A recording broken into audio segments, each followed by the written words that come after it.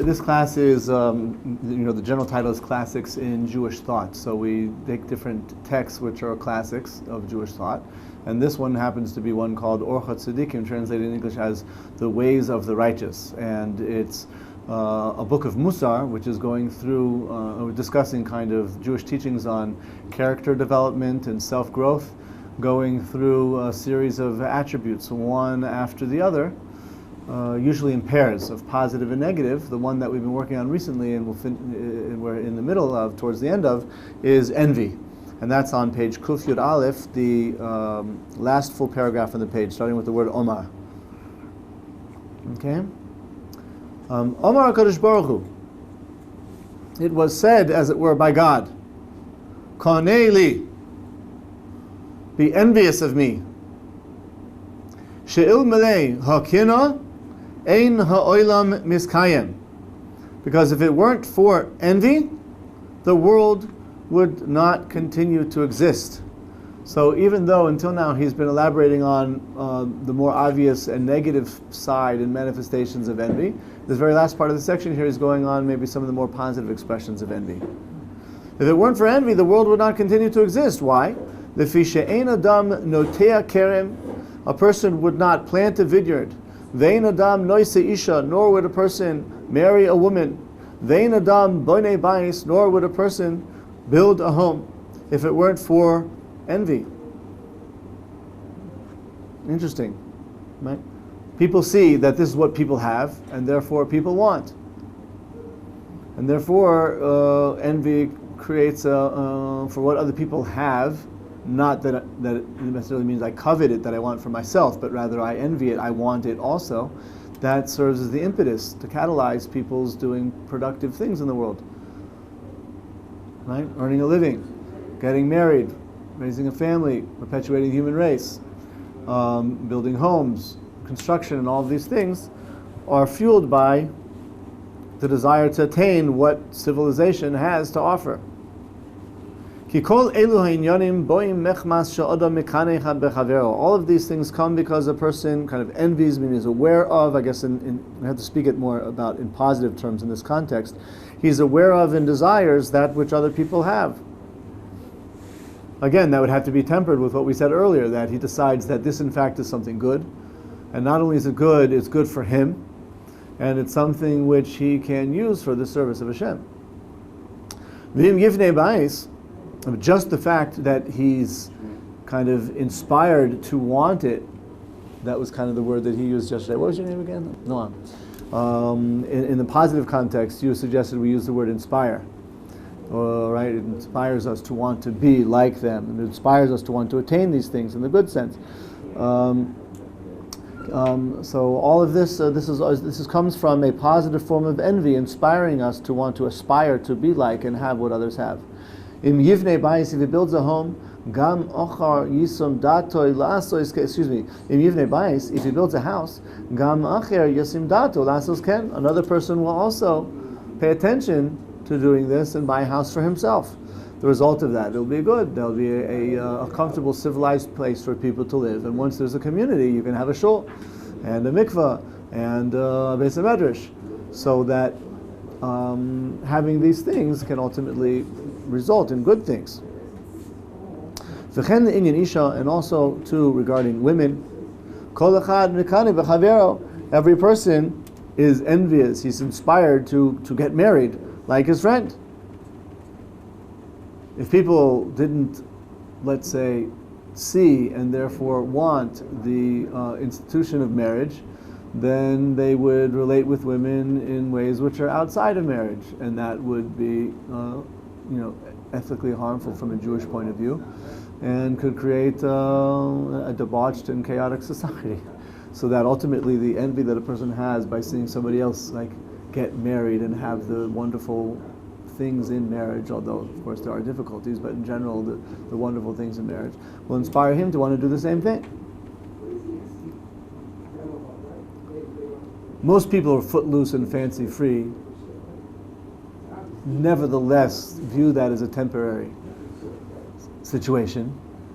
When they finally settle down, they view that as ultimately the best thing for themselves, for their lives. And if they're not doing it right now, it's just because they're deluding themselves into thinking that right now it's not the best for them or not ready for it. But they do recognize it as being a good thing. So that means they do have this anticipation of wanting to be like the people they know who are married and generally happy about marriage. If people are getting married for the wrong reasons, then unfortunately marriages can be very unhappy, and a society that condones getting married for the wrong reasons will have unhappy marriages, and the whole institution will break down. וכן לעניין אישה, כל אחד מקנא בחברו. וכיוון שקיום העולם תלוי בקנאה, since in this way the kind of regulation and the sustenance of the world is fueled by this type of envy which inspires people to attain these things that people have, homes, families, so on and so on. Yosim kol kinois l'shem shamayim. All of these envies should be directed l'shem shamayim, in the name of heaven, which, as you suggested yesterday, Noam, can be described more accurately perhaps as an inspiration. Right? This motivation, which has its source in envy, should be translated and expressed in the form of an aspiration, which is more positive. So, for example, if he builds a house, he has to make sure that he builds a house which has in it a room for learning Torah, or at least a corner in which he will be able to learn Torah, meaning dedicate that house for some spiritual purpose. You mentioned a very wealthy person who has a very large house, and he uses it for many mitzvos, having shirei Torah and many other things. Such a person, if he bought the house, or if he built the house, or even if he bought it, probably had in mind those things when he either built it or bought it. Yeah, and so that's what we're talking about here. It's interesting, we find that when the Jewish people came into the land of Israel, we're told that God gave them vineyards which they didn't plant and houses which they didn't build, referring to the fact that the Canaanites that lived here beforehand were dispossessed by the Jewish people, who received the fruit of the labor of these peoples who left behind their vineyards and their homes. And God said, I gave you a special blessing. You came into the land and you inherited vineyards which you didn't toil to plant, and you received homes which you did not sweat to build. What a blessing. Yet we find in our sources that ultimately what happened is that these houses all became plagued with, tsaras, nagoim, which is a type of a spiritual plague, a type of spiritual fungus which invades a home or people's belongings. We don't really have these things nowadays, but we're told that these houses which the Jews ostensibly received as blessings from God became plagued with this tsaras, to the point where the Jews actually were commanded and were required to dismantle the homes, take away the plaster, take away the stones, and rebuild the houses all over again. What kind of a blessing was that? It seems like a curse, but we find that it was really a blessing in disguise. Why? Rashi says, based on the Midrash, that when they dismantled the walls of these homes, they found hidden in the homes treasures, jewels and money. How did it get there? The non-Jews, anticipating the Jewish invasion of Israel, hid their wealth in the homes, in the walls of their homes. And the Jews were living in the houses not knowing that the wealth was there. And as a result, God brought the plague onto the house in order for them to dismantle the walls and get to the wealth. But in the end of the day, the house was destroyed. And it was done so through the venue of tsaras, which is tumah, which implies that even if there was literally a blessing in disguise, these treasures were hidden in the walls of the home, they only received them through the plague of the tsaras and by dismantling the houses. So that implies that it wasn't all good here. Rashi brings Chazal who say that God did it for the good, but it still happened in a bad way. So what was that all about? What do you mean? The aspect of tsaras, like if it would have happened to their own homes, it would have been much more personal. But the fact that it happened to like the homes of that they didn't necessarily build, it's not as dear to them. God's showing them a lesson of what can happen to their own dear homes when they do build it.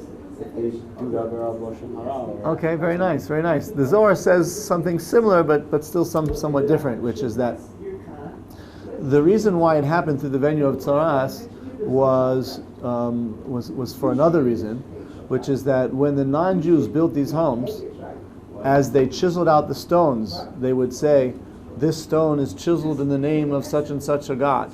And as they put the stones in place, they would do it in the name of the Avodah Zarah. And as they plastered over the stones in the name of the Avodah Zarah, which means that all of their houses were imbued with the power of magic, idolatry, and witchcraft, and that energy invaded and enveloped the entire space of that place. So that when God brought the tzaras on the house in order to reveal the hidden treasures, he also used that as a way of dismantling and destroying the impurity of the homes that was infused into them by the way in which the non-Jews built their homes. And he therefore taught them that when they rebuilt the homes, lahavdil, they should be saying, L'Shem Yud Kei Vav Kei, in the name of the God of Israel, in the name of God, so forth and so on, so that they rebuilt their houses now in a state of purity. So they got the wealth of the non-Jews while redeeming the homes from impurity and rebuilding them now in a state of purity. So I think that this is relevant to what we're seeing here, is that when a person builds a home, because he has to build a home, and he's inspired to do so because he sees that that's how successful people manage their lives. They have homes. They don't just live on a bed of leaves in a forest. When he does this, he should nevertheless be thinking, it should be done l'shem shamayim. He should build his home l'shem shamayim. Whether building it means literally building it, or whether it means buying it, but build it and plan its use and its space, all l'shem shamayim. Yeah. I remember when, not too long ago, maybe several years ago, I bought a home and I renovated the home, and I had a contractor who was a Jewish religious contractor. He had non-Jewish workers, but I requested that when they began the work, that they were Arabs. And when they worked, at least the owner, the contractor, should say, yes, Hashem, Yichud Kudsha Brichud Shchinte, right? V'miyached Shem Shamayim, on the mitzvah of fulfilling the mitzvah of Yishuv Eretz Israel, acquiring property and in the land of Israel. So these are the types of things that a person should do when he builds the home. He should have in mind it's the Shem mitzvah, and the author will probably elaborate. The same thing will go on the other things he enumerated. For example, getting married.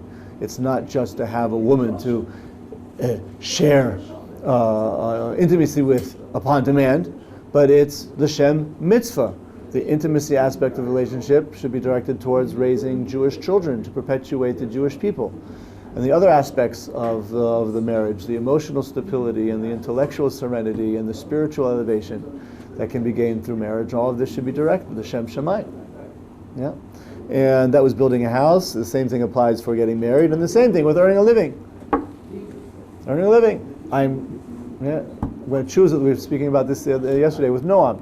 Yeah? The person has to choose what profession he wants to engage in, and whatever that is, he should be included in his decision of what profession to follow and choose and how to perform it. Should be a feeling of doing it l'shem shamayim, doing it in order to express the greatest way possible my God-given talents in order to contribute to the world and serve Hashem through my line of work, and use the money to give charity. And whether it be monetary charity or maybe even doing charitable acts through my line of profession. For example, a lawyer might, do freebies as a form of meiser. Every 10th case he does for free, or he does small, things for people for free. People who are deserving of the charity, of course, as a way of meisering his abilities. The same thing goes with anything that people do. The idea is that it should be l'shem shamayim.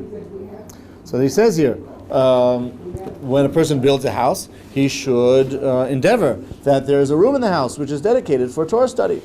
V'shiyei beiso beis vad l'chachamim, and that his house should be a meeting place for Torah study, like the person that you mentioned. Ulahachnis ba'orchim, and to fulfill the mitzvah of hospitality, bringing in wayfarers. And use his house in other ways to help people. Yeah. A person comes knocking at the door. I'm collecting for such and such a cause, such and such a yeshiva, or such and such a widow. Could you please help this poor person in distress? So, okay. Reach into your pocket, or you go to your pushka, you give the person a shekel or 5 shekels or whatever you want to give, and send them on their way. That's one way of doing it. Another way of doing it would be showing some empathy for this person's plight or the cause that he's collecting for. Maybe ask whether he's hot or cold, thirsty or hungry. Maybe he'd like to come in for a minute. Maybe he needs a break. He's probably making the rounds from house to house for hours. Maybe you'd like to sit down. Okay? So this way, not only are you giving him the charity, but you're using your home to perform charity by accepting him in the home, giving him a place to sit, maybe taking a rest for a minute, maybe offering him to wash his face if he needs to cool down. I mean, depending on the time of year or the circumstances, you can find plenty of ways to help this person, right, in ways more than just giving him the money that he's asking for. He might say, thank you very much, but I'm in a rush. Or thank you very much, but I just, had something to eat or drink at the neighbor's. Fine.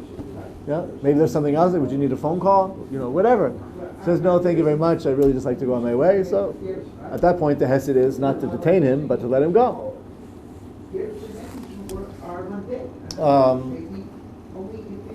We're on the line, which has about a little after midway through that paragraph, where there are parentheses in the middle of the paragraph, but in the middle of the sentence, but at the beginning of the line.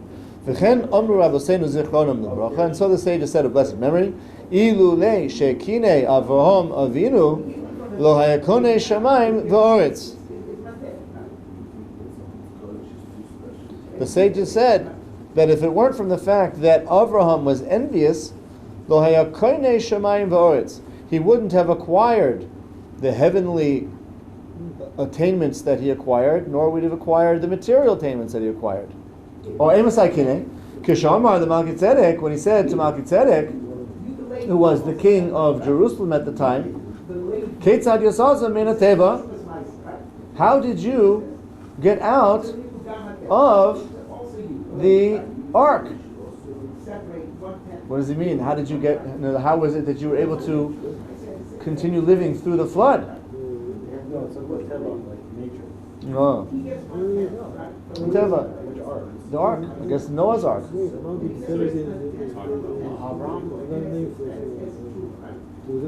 Yeah. Malki Tzedek was, I think Malki Tzedek was Shem. Yeah. What's that? Yes, he lived a long time. What? Sorry, Malki Tzedek is from Shem. Shem Haminavis, the son of Noah. Yeah. So he said, in other words, it was yes. Yeah. Avram, he attained great spiritual and material attainments. How did he do so? Through envy. What was his envy? He envied Malki Tzedek. How did he envy Malki Tzedek? He met him in Yerushalayim. Malki Tzedek was Shem, the descendant of Noah, and he was a descendant of the antediluvian community before the flood. What? Isn't that the right word? Antediluvian. Yeah. And so he's there. So he's basically what? Yes. Yeah. So it was tantamount to asking him, on the merit of what were you spared the fate of all the others who died in the flood? So Malki Tzedek said back to him, B'tzedakah shahinu oisim sham, because of the charity that we were doing there. Because most people were not doing charitable deeds. On the contrary, they were stealing and raping and pillaging and killing and everything else. But Shem and the others who were spared were righteous. They did charity. So Avram said back to him, so he's asking more specifically, not only why did you survive why were you not destroyed by the flood, but how did you get, what merit did you actually merit departing from the Teva, from the ark? So he said, from the charity that we did inside the ark. So he said, what charity was it doing in the ark? Were there poor folks there? Lo yusham ela Noach v'banav. There was only Noach and his other sons. With whom were you doing charitable deeds? He said to him, with the animals that were there, and the birds, and so forth and so on. We would not sleep We would put before each and every animal to eat and drink without sleeping ourselves. At that time, Avram said to himself, Uma elu, what regarding these? Ilu leit tzedakah shasu, im behema chayva of lahi yotzi minateva. Regarding those folks, if it weren't for the charity that they were doing with animals, they would not have merited departing the ark onto dry land. V'kevan sha'asu tzedakah yatzu, but as a result of their charity, they did merit to reach dry land. V'ani im ezet tzedakah im v'nei adam. If I do charity not with animals but with human beings, Shem betzalmo shelokenu, who are created human beings in the image of God. He's referring to all human beings, by the way, right? Because there were no unique descendants of Abraham at that time. And the whole entire world was populated by non-Jews. Right? So clearly, right, all humanity is created in some way in the image of God, and being benevolent to humanity applies to all humankind, as long as the person is not wicked. Shem betzalmo shel Elokeinu alachas kamim v'chama. All the more so, I will attain a very favorable end, reach dry land. Yeah, attain the goal of my voyage.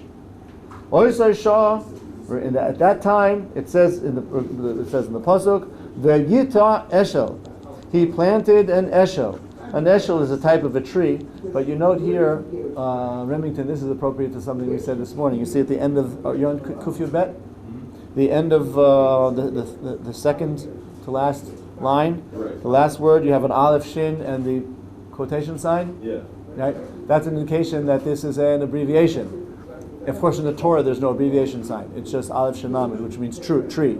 But here the author includes that abbreviation sign to indicate a teaching of the sages, which is based on the idea that these letters aleph shin lamed are an acronym.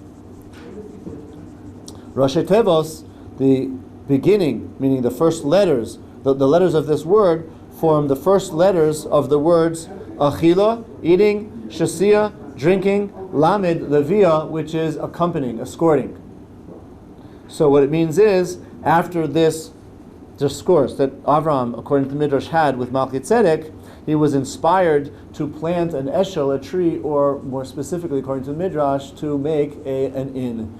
And in this inn, he provided food, achila, drink, shtia, and levia. He would escort his guests in and out of his hotel with hospitality. And in this way, this is a form of envy that a person can execute into practice. Why?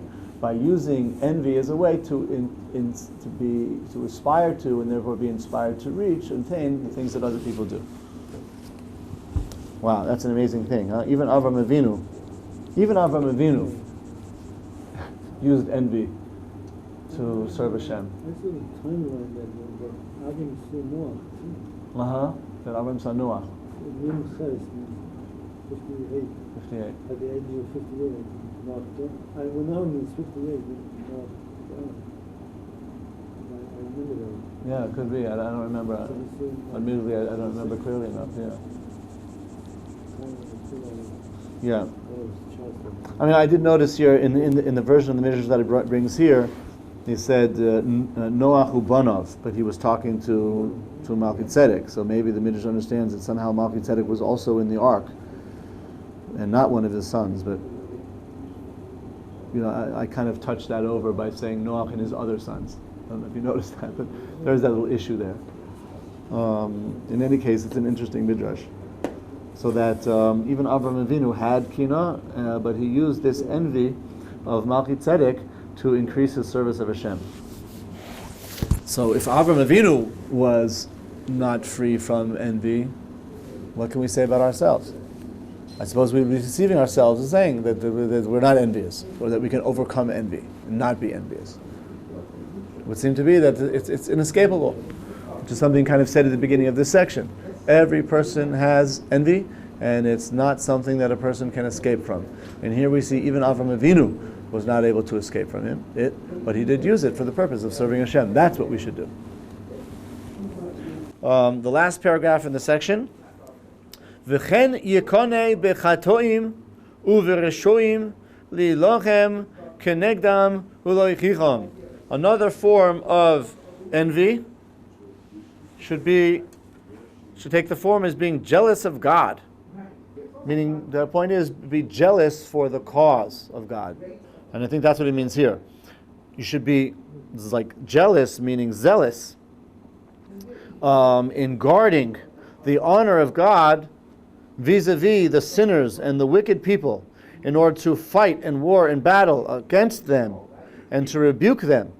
As our sages of blessed memory said, Haboel Ramis, a person who has intercourse with a non-Jew, Kinoin Pogin Bo, a person at that time of indignation is allowed to execute the capital punishment at that time, and is not going to be liable for murder for doing so.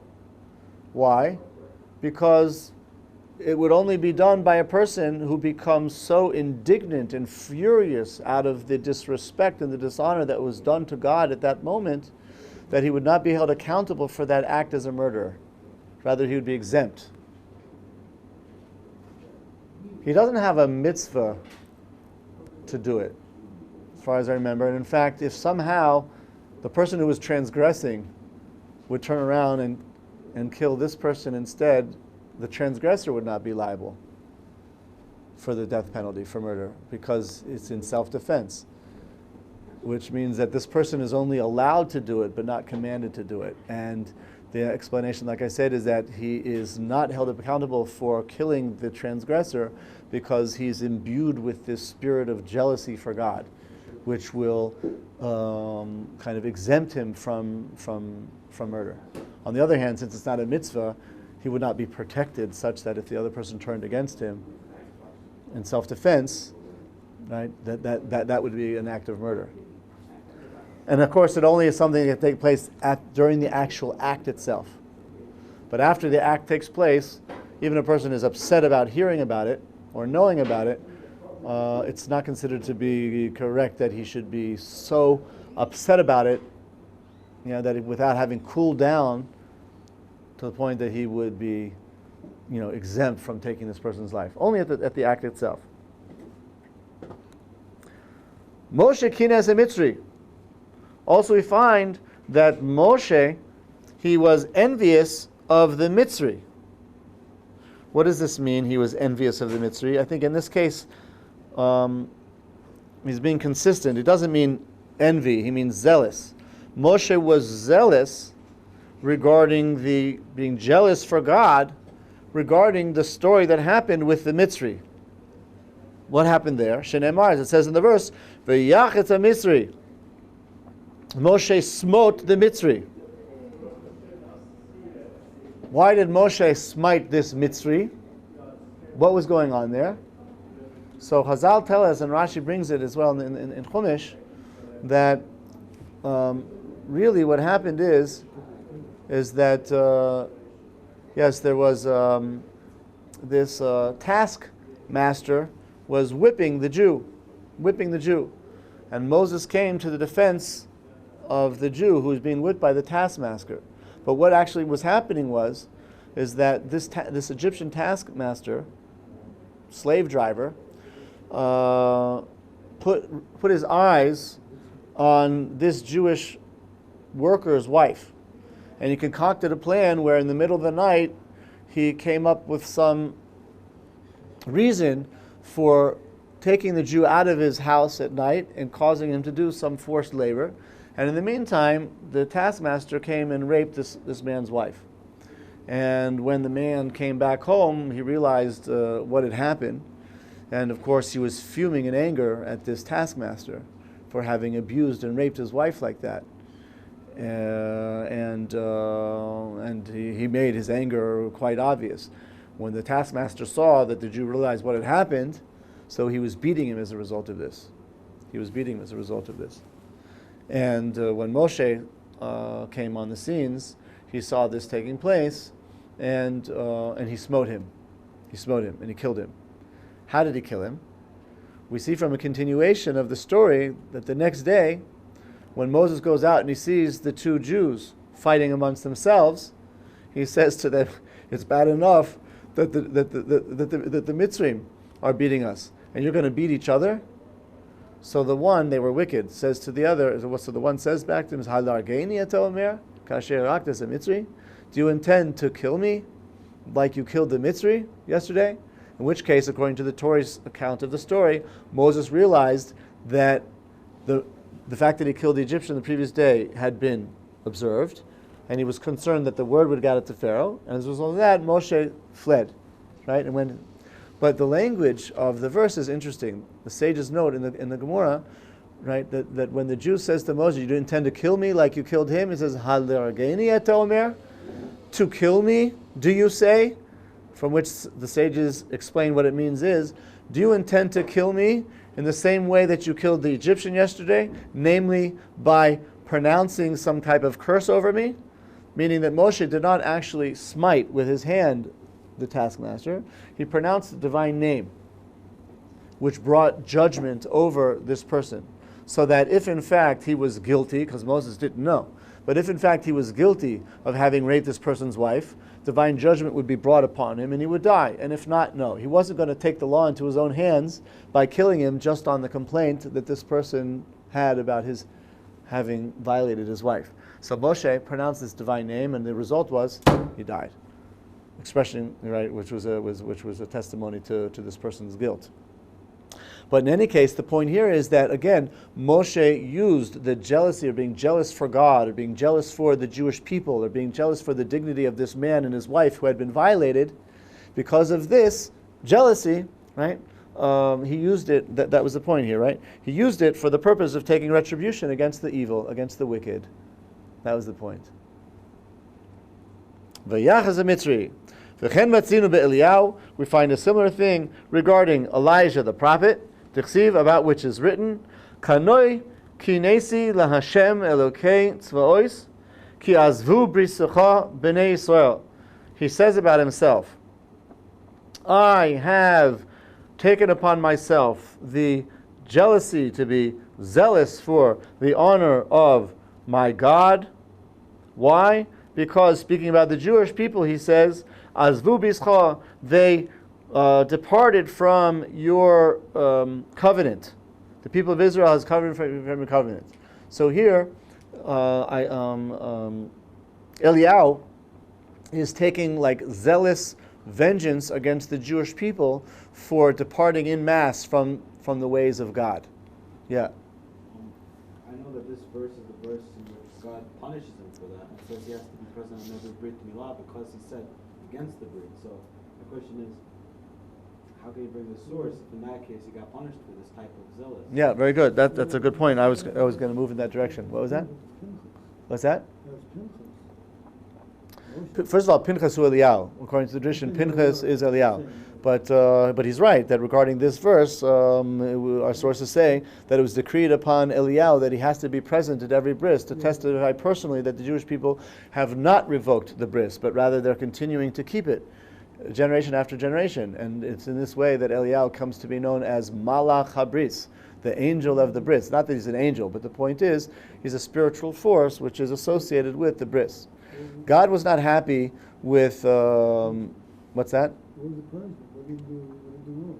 He spoke evilly about the Jewish people, and he said to them about them that they have revoked the covenant, and God rebuked him and said, "B'chayecha, you'll see, you'll have to be in every single bris and see that they do maintain the covenant." Yeah.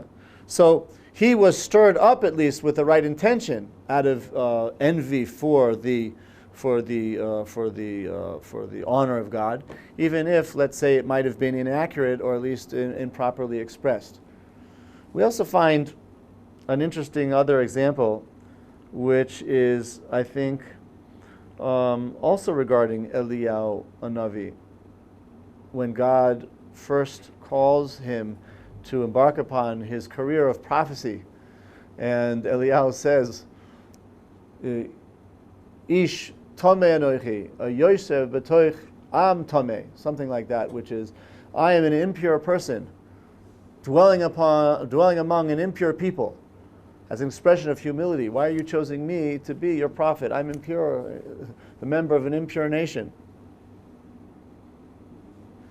And he was reprimanded by this, by God. God says, you want to talk about yourself that way, it's one thing, but don't talk about my people that way. You want to say you're impure? That's one thing. But don't say you're a member of an impure nation. My children, the Jewish people, you speak about that way? And he was reprimanded for that. And the Gemara says that ultimately Eliyahu was chased by his grandson, who intended to murder him. If you remember the story, we're short on time, but King Hezekiah did not get married, and he became very sick. And God sent the prophet Eliyahu to the king Hezekiah with a message: you're going to die and you ain't going to live. And the king said to him, well, what's this all about? Of course I'm not going to die. I'm going to die, I'm not going to live. If I'm not going to live, I'm going to die. Yeah? He says, you're going to die in this world and you're not going to live in the next. You're goners, both here and there. So the king was taken aback. Why? What's that all about? He says, because you haven't fulfilled the first commandment in the Torah, getting married and being fruitful and multiplying. So, if that's what you're holding me accountable for, I have an explanation. I saw with prophetic insight that my children will be wicked. And my children will not just be any old children, they'll be the king once I die. And they'll mislead the entire people towards idolatry. So for me, the mitzvah doesn't apply. The prophet says in the name of God, you do your job and let God do his. Don't meddle into God's business. You have to do the mitzvah of being without looking into the ramifications. What happens afterwards, that's God's judgment. Yeah? So the king says to the prophet, he says to him, listen, I have an idea. You have an eligible daughter. How about we get a shidduch going? I'll marry your daughter, and the wicked children that I foresee will be your grandchildren. You want to put them on your lap? Huh? You put him on the spot. Yeah, put them on the spot. But they arranged the marriage, hoping that their collective merit would result in having righteous children. As it turns out, it didn't work out. They had wicked children. One of them was Menashe, who's described as being one of the most wicked kings of Israel that ever existed. This king, Menashe, turns out, was therefore the grandson of Eliyahu. And in his pursuit of prophets to uproot and extirpate any remnant of holiness in the people of Israel, he pursued Eliyahu with the intention of killing him. And he ran after him until Eliyahu got to a forest. And what happened there, the Gemara says, is he literally hid in a tree. By which I mean to say, not that he climbed and hid in the branches, but he pronounced the divine name, and his body merged into the trunk of the tree. But he did it 1 second too late because his grandson saw what tree he was hiding in. And he ordered a saw to be brought and cut through the trunk of the tree. And in this way, he killed his grandfather by cutting through the tree. And the Gemara said that the saw cut right through his mouth. And that's the place where the incision went through his body. And the reason was divine retribution for what Eliyahu had said at the beginning of his prophetic career. I'm Tameh, dwelling among a Tameh people, an impure people. Because you spoke that way about my people, that mouth of the prophet became tainted. And when this decree of death was placed upon him, it took place through the venue of cutting through his mouth. That's how precise the divine judgment is. I'm sorry, this story is about Isaiah. That whole story, everything that I just said, keep everything in place, more or less, except for my embellishments, because I took a little bit poetic liberty to embellish the story, but it was all about Isaiah, Yeshayahu and Hizkiyahu, HaMelech, and not Eliyahu. Eliyahu alighted into heaven on the chariot of fire. Yeah. Okay, but in any case, the story is still relevant as an indication of being jealous for the glory of God, but perhaps nevertheless doing it in an acceptable way. Here in the case of Eliyahu, because he spoke badly against the Jewish people. And I brought a similar example where Yeshayahu, the prophet Isaiah, also spoke, despite in the context of being jealous for the glory of God, he disparaged the Jewish people. In both cases, they were held accountable for this. Okay, we're getting close to the end of this paragraph and chapter. Maybe I'll try and do it quickly.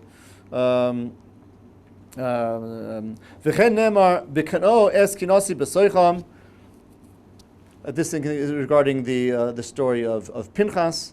And God repaid Pinchas for his being jealous for God's honor. As it says, here I give him a covenant of peace regarding Pinchas. It says, you shall not fear anyone.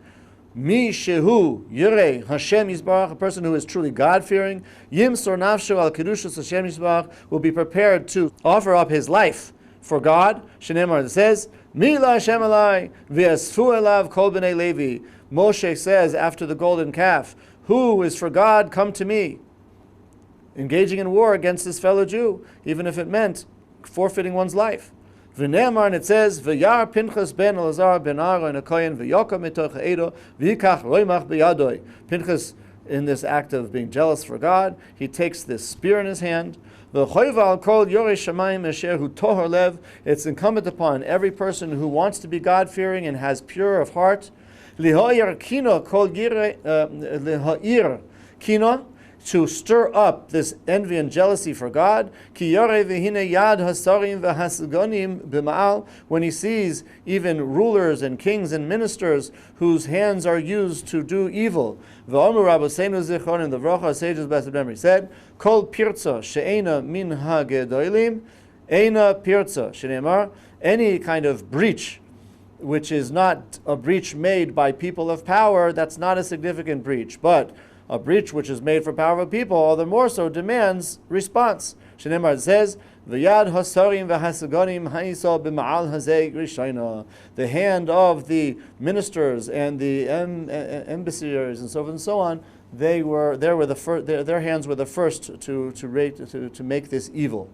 And therefore, what his point here is saying is, don't be afraid of the big people who are doing bad, because on the contrary, when small people do bad, that can be more easily overlooked than when people do bad. Big people do bad. Why? Because big people who do bad in a big way, and therefore you have to have fortitude and strength and courage to stand up and prevent or repair any such breaches. Okay.